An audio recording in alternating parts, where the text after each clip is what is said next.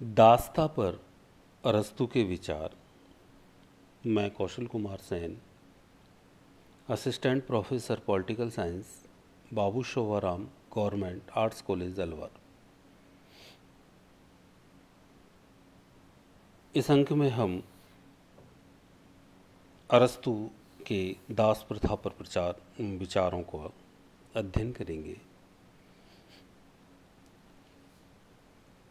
अरस्तू के समय यूनान में दास प्रथा का प्रचलन था। यद्यपि उस समय सोफिस्ट विद्वानों ने इस अमानवीय प्रथा के विरुद्ध आवाज़ उठाई। ऐसी स्थिति में दास प्रथा एक विवादास्पद संस्था बन गई। अरस्तू ने यह अनुभव करते हुए कि दास प्रथा के अभाव में नगर राज्यों का संपूर्ण आर्थिक, राजनीतिक, सामाजिक एवं सांस्कृतिक जीवन ही नष्ट हो जाएगा, उसने दास प्रथा का बौद्धिक एवं व्यावहारिक आधारों पर समर्थन किया है। विद्यार्थी ध्यान देंगे कि अरस्तू के समय यूनान में दास प्रथा प्रचलित थी। अरस्तू भी दास प्रथा का समर्थन करते हैं और उनके समर्थन का आधार ये है कि तत्कालीन जो नगर राज्य थे, उस समय यूनान छोटे छोटे नगर राज्यों में विभक्त था, तो उन नगर राज्यों का आर्थिक, राजनीतिक, सामाजिक, सांस्कृतिक जीवन ही दास प्रथा पर आधारित था। अतः अरस्तू ने दास प्रथा का समर्थन बौद्धिक एवं व्यावहारिक आधारों पर किया है। उनका बौद्धिक या व्यावहारिक आधार ये है कि उन्होंने दास प्रथा का समर्थन इसलिए किया कि दास जब कार्य करेंगे तो स्वामी को अवकाश मिलेगा, और जब स्वामी को अवकाश मिलेगा तो वह शासन कार्यों में भाग ले सकेंगे और सच्चे नागरिक के गुणों, दायित्वों का निर्वहन कर सकेंगे। इसलिए उन्होंने बौद्धिक आधार पर या व्यावहारिक आधार पर दास प्रथा का समर्थन किया है। दासता का आधार एवं प्रकृति। अरस्तू ने परिवार के संचालन के लिए संपत्ति की आवश्यकता को स्वीकारा है। उसका मत है कि जहाँ परिवार का सामान तथा धन निर्जीव संपत्ति होती है, वहीं पशु तथा दास सजीव संपत्ति होते हैं। संपत्ति के अन्य रूपों की तरह ही दास भी परिवार के कुशल संचालन हेतु अनिवार्य आवश्यकता है, और यही दासता का आधार है।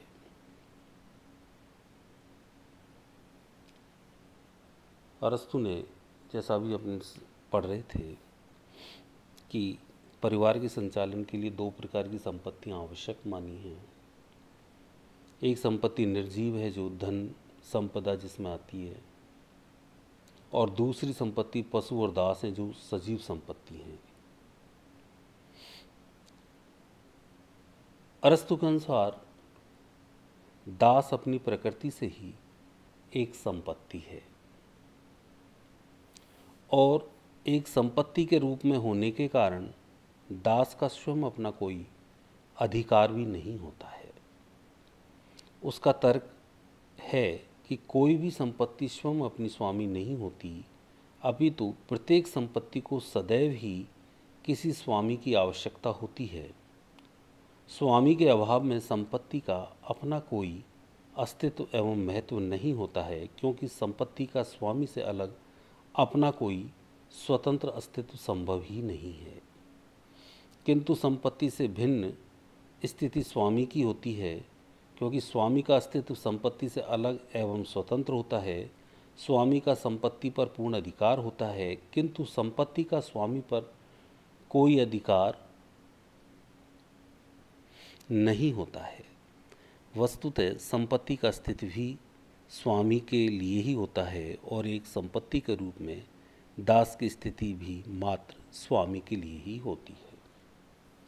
अरस्तु ने दासता के समर्थन में इस प्रकार दास को एक सजीव संपत्ति में रखा है, और जिस प्रकार संपत्ति के लिए स्वामी की आवश्यकता होती है, बिना स्वामी के संपत्ति का अस्तित्व नहीं है, इसी प्रकार दास भी एक सजीव संपत्ति है और उसके लिए भी स्वामी की आवश्यकता है, क्योंकि संपत्ति का स्वामी होना जरूरी है और संपत्ति कभी स्वयं की स्वामी नहीं हो सकती। इसलिए दास एक संपत्ति है और उसके लिए जरूरी है कि वह स्वामी के नियंत्रण में रहे। यद्यपि अरस्तु ने दास को पशुओं के समान ही सजीव संपत्ति माना है, किंतु उसने इन दोनों में अंतर भी स्वीकार किया है और कहा है कि पशु की तुलना में दास श्रेष्ठ होता है। पशु मात्र अपनी मूल प्रवृत्तियों के अनुसार आचरण करता है, जबकि दास में इतनी बुद्धि होती है कि वह अपने स्वामी के विवेक का अनुसरण कर सके। इस प्रकार अरस्तु ने ये अंतर स्वीकार किया है कि दास और पशुओं में यद्यपि सजीव संपत्ति है, लेकिन दोनों में अंतर है, क्योंकि पशु तो अपनी मूल प्रवृत्ति के अनुसार ही आचरण करता है, किंतु स्वामी दास चूँकि मनुष्य है और वह उसमें इतना विवेक होता है कि वह अपने स्वामी का अनुसरण कर सके। दासता का औचित्य। पहला, दासता एक प्राकृतिक संस्था है। इस विषय में उसने अनेक तर्क दिए हैं। पहला, परिवार एक प्राकृतिक संस्था है जिसके संचालन के लिए संपत्ति की आवश्यकता होती है। दास भी परिवार की संपत्ति का ही एक अंग है, अतः परिवार के समान ही दासता भी एक प्राकृतिक संस्था है। जैसा कि हमने अरस्तु के राज्य के निर्माण में देखा था कि उन्होंने राज्य को परिवार और ग्राम जैसी संस्थाओं से विकसित संस्था माना है। पहले परिवार, परिवार से ग्राम और ग्राम से राज्य का निर्माण होता है। तो अरस्तु ने ये भी कहा है कि मनुष्य जन्मजात राजनीतिक एवं सामाजिक प्राणी है, अर्थात मनुष्य की प्रकृति में ही राज्य निहित है।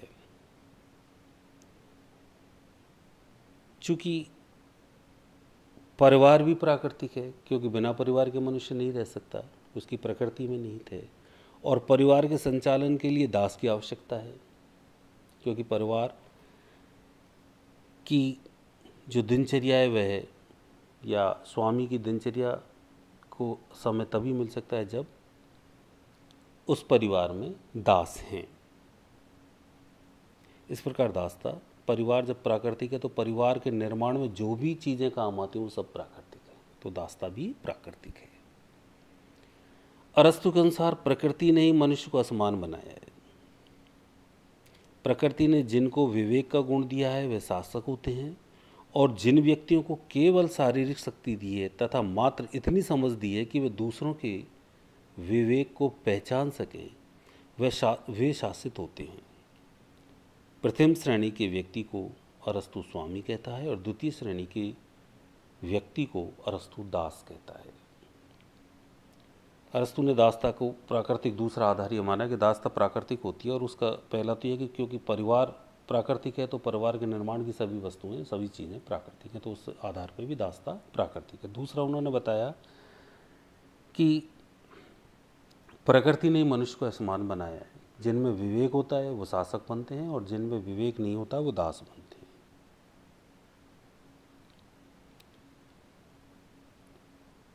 दूसरा, दासता स्वामी तथा दास दोनों के हित में है। स्वामी के हित में इसलिए है कि स्वामी वर्ग के व्यक्तियों को राज्य के न्यायिक, प्रशासनिक तथा विधायिक कार्य करने होते हैं, और इन कार्यों को करने के लिए उन्हें पर्याप्त समय चाहिए। जब दास उनके लिए कृषि, उद्योग, गृह कार्य आदि को कर देते हैं तो स्वामी वर्ग को चिंतन के लिए अवकाश मिल जाता है और वे राज्य के कार्यों को करने के लिए स्वतंत्र रहते हैं। इस प्रकार स्वामी के हित में दासता है, क्योंकि इससे स्वामी को अवकाश मिल जाता है और वह राज्य के कार्यों में भाग ले सकता है। दूसरा है दास के हित में। दासता दास के हित में कैसे है? क्योंकि प्रकृति ने दास को शारीरिक शक्ति दी है। अरस्तु कहते हैं कि प्रकृति ने दास को शारीरिक शक्ति तो दी है, किंतु उसे विवेक नहीं दिया है। अतः वह स्वयं अपना आत्म उत्थान करने में असमर्थ होता है, किंतु प्रकृति ने दास को इतनी समझ अवश्य दी है कि वह विवेकवान स्वामी के निकट रहकर उसके विवेक को समझ सके तथा उसका अनुसरण कर सके। इस प्रकार वह सीमित रूप में अपना आत्मोत्थान कर सकता है, किंतु इसके लिए जरूरी है कि दास अपने स्वामी के संरक्षण में रहे। इस प्रकार ये दास के हित में है, क्योंकि दास में खुद इतना विवेक नहीं होता कि वह अपना उत्थान खुद कर सके, तो उसके लिए वह स्वामी के नियंत्रण में रहे। इस प्रकार स्वामी और दास दोनों के हित में दासता है। तीसरा है यूनानी राज्यों की प्रचलित प्रथा। अरस्तु के समय समस्त यूनानी नगर राज्यों में दास प्रथा का प्रचलन था। वस्तुतः तत्कालीन नगर राज्यों की समस्त आर्थिक, राजनीतिक, सांस्कृतिक समृद्धि का आधार दास प्रथा थी, और दास प्रथा के अंत का अर्थ था नगर राज्यों का सर्वनाश। अतः अरस्तु ने दास प्रथा को यूनानी समाज के एक अनिवार्य अंग के रूप में मान्यता दी है और उसका औचित्य सिद्ध किया है। अरस्तु के अनुसार ये तत्कालीन नगर राज्यों में प्रचलित प्रथा थी और उस समय एक सामाजिक व्यवस्था का अंग थी, इसलिए उन्होंने इसे स्वीकार किया है। अब अरस्तु दासता के प्रकार बताते हैं। पहला है प्राकृतिक दासता। अरस्तु के अनुसार कुछ व्यक्ति जन्म से ही बुद्धिहीन होते हैं, किंतु शारीरिक शक्ति से संपन्न होते हैं। ये व्यक्ति प्रकृति द्वारा ही शासित होने के लिए बनाए जाते हैं, और अरस्तु इन्हें स्वाभाविक या प्राकृतिक दास कहता है। अरस्तु इस प्रकार की दासता का पूर्ण समर्थन भी करता है कि जो व्यक्ति प्रकृति से ही बुद्धि में क्षीण और शारीरिक बल में संपन्न होते हैं, वो ऐसे व्यक्ति ही प्रकृति ने ही दास बना के भेजे हैं, और ऐसी दासता को अरस्तु प्राकृतिक दासता कहता है। दूसरा है आकस्मिक तथा कानूनी दासता।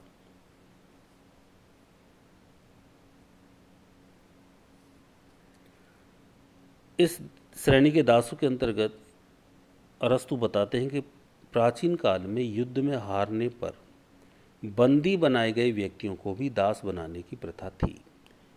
अरस्तु ने इन्हें आकस्मिक या कानूनी दास कहा है।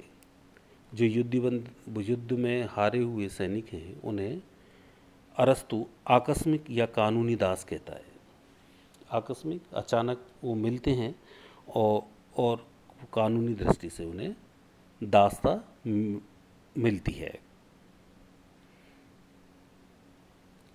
सैद्धांतिक दृष्टि से अरस्तु ने कानूनी दासता को अस्वीकारा है, क्योंकि युद्ध में हार जीत सदैव नैतिक गुणों पर आधारित नहीं होती है। व्यवहार में अरस्तु का मत है कि यदि युद्ध में बंदी बनाए गए व्यक्तियों का नैतिक स्तर उच्च है, तो उन्हें दास नहीं बनाया जाना चाहिए।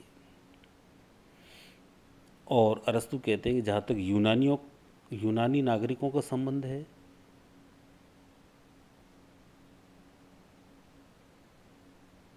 तो उन्हें तो कभी दास बनाया ही नहीं जा सकते, क्योंकि वे नैतिक दृष्टि से अन्यों से श्रेष्ठ होते हैं।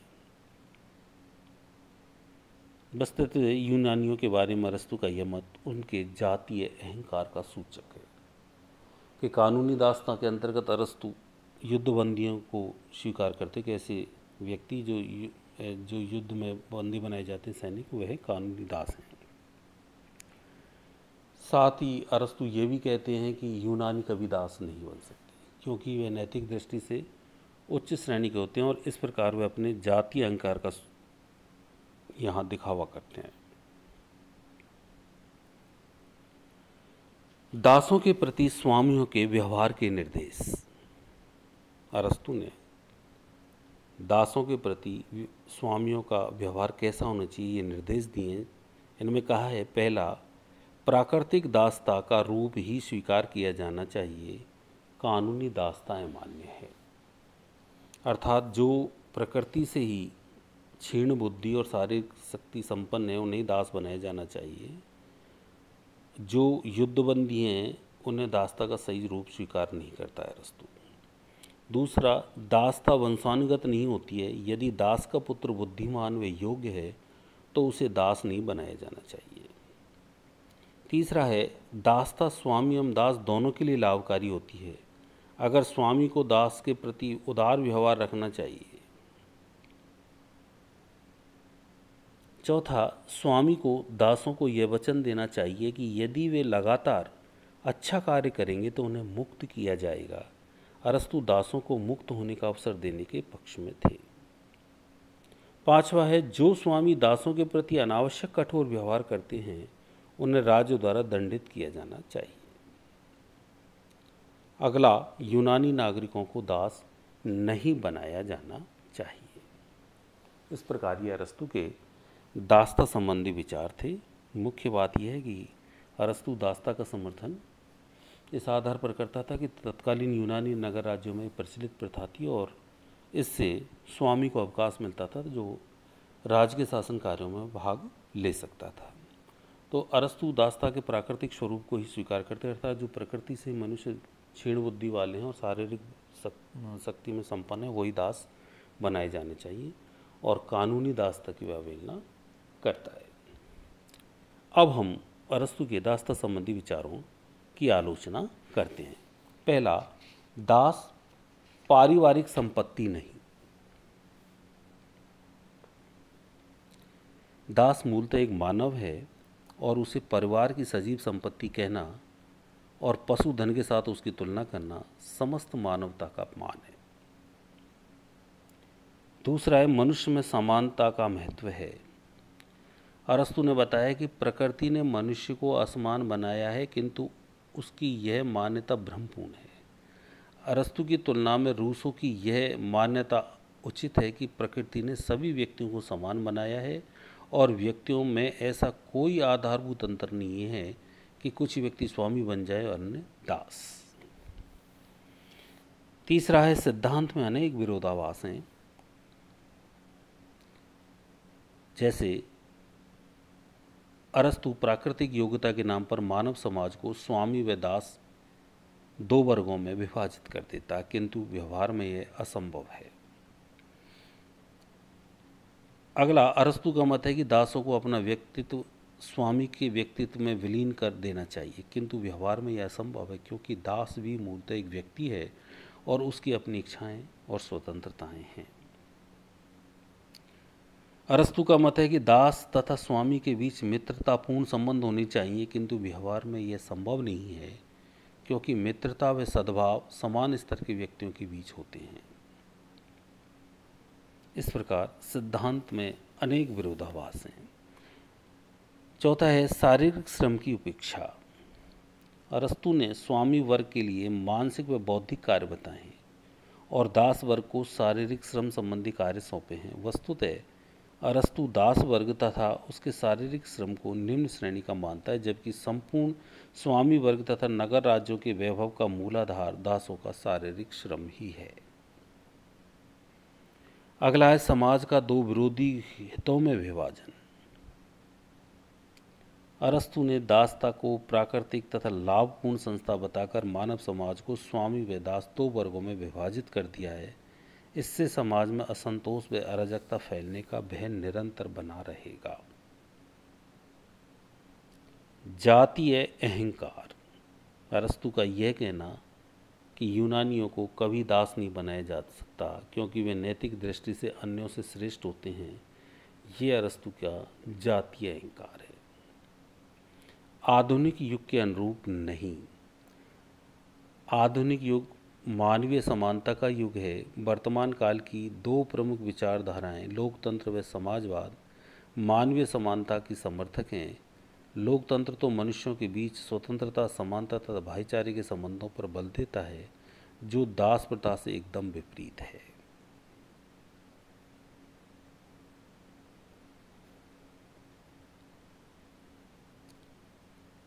आधुनिक युग की दृष्टि से अरस्तू की दास प्रथा अन्याय एवं अबुद्धिवाद का प्रतीक है। इस दृष्टि से अरस्तू अपने युग का बंदी है। इवनस्टीन के अनुसार अरस्तू द्वारा दासता का समर्थन यह सिद्ध करता है कि किस प्रकार एक बुद्धिमान एवं महान दार्शनिक अपने समय की संस्थाओं का और उन पूर्वाग्रहों का बंदी हो सकता है जो उन संस्थाओं को विवेकपूर्ण सिद्ध करती है। इसी प्रकार मैक्सी कहते हैं कि इस विनाशकारी अवधारणा के कारण अरस्तू की पॉलिटिक्स पुस्तक को गैर कानून घोषित किया जाना चाहिए।